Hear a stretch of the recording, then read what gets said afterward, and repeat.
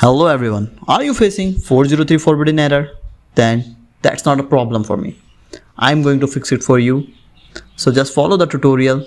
First open your browser, click these three dots and find for settings. Click on it and from here go to privacy and security.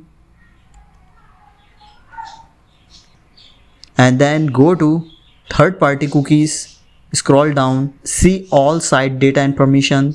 From here, type the site which is giving you the error 403 and look for it and then click the trash button and delete it. After it, scroll down this menu and find extensions.